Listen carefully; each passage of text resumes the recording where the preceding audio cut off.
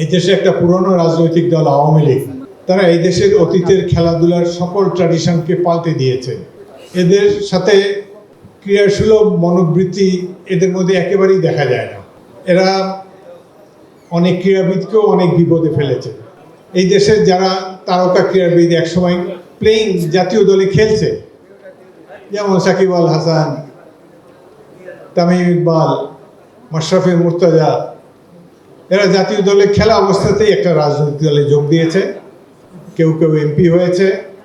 তামিম যোগ দেয়নি, বাট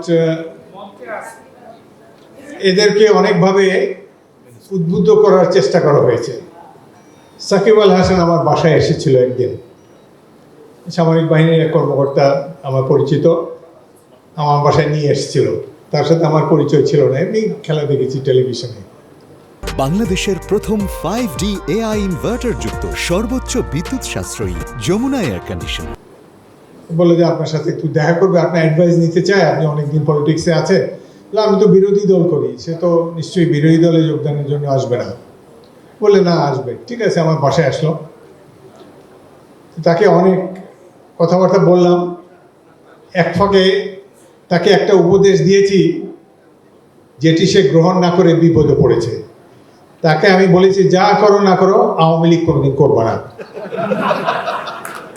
তো সে এটা শুনে একটু বিমর্ষ হলো। তার ধারণা আওয়ামী লীগে গেলে মন্ত্রী হবে, এটা হবে, ওইটা হবে, এমপি তো হবেই। তা আমি তাকে বললাম, দেখো, আমিও তোমার মতোই খেলোয়াড় ছিলাম, আমাদেরও পরিচিতি ছিল। এক সময় পাকিস্তান জাতীয় দলে আমি একাই বাঙালি ছিলাম, আমাদের অনেক সুযোগ সুবিধা নিতে পারতাম আমরা। কিন্তু খেলোয়াড়ি অবস্থায়, জাতীয় দলে খেলা অবস্থায় রাজনীতিতে যোগদান করা, এটি আমার ঠিক মনোভূত হচ্ছে না। তোমার অনেক নাম হয়েছে, তুমি বেশ কয়েক বছর ধরে বেস্ট অলরাউন্ডার হিসাবে তোমাকে দেখছি। তুমি এক নম্বর রাজনীতিতে এখন যেও না, আর গেলে এই দলটি আর বেশি দিন তার আয়ু নাই। যদি সে আমার কথা শুনতো এবং এইভাবে রাজনীতিতে না যেত, এই ধরনের আমি দামি ইলেকশনের মধ্যে না যেত, আজকে সে অনেক সম্মানের সাথে ঢাকার রাজপথে বিচরণ করতে পারত। এখন তো তার বাড়ি আসাই মুশকিল হবে।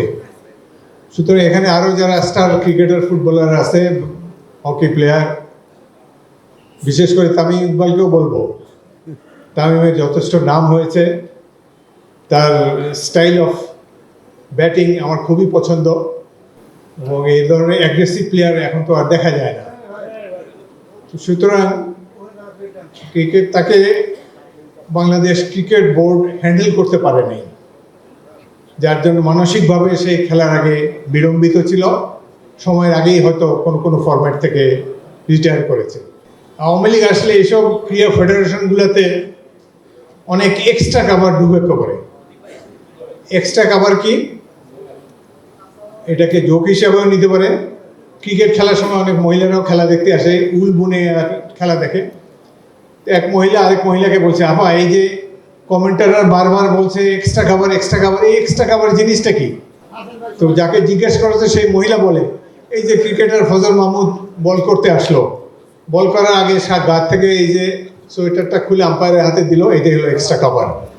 তো আওয়ামী লীগের ক্রিকেট বোর্ডেও এরকম অনেক এক্সট্রা কাভার আছে, যারা জানে না how to handle A cricketer, how to handle A sportsman, যাদের অনেক ফলোয়িং আছে, যারা অল্প বয়সে অর্থ সাথে সাথে খ্যাতি অর্জন করার ফলে কিছুটা ইমব্যালেন্সড হয়ে যেতে পারে যদি প্রপার গাইডেন্স তাদের না থাকে।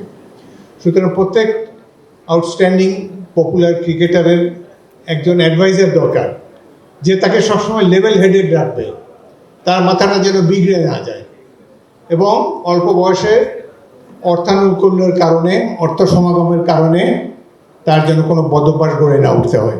ঢাকা লিগ খেলা শুরু হলো, প্রথম 2টা ম্যাচে আমি 7 গোল দিলাম। তারপর জাতীয় দল সিলেক্ট হলো, আমি নাই।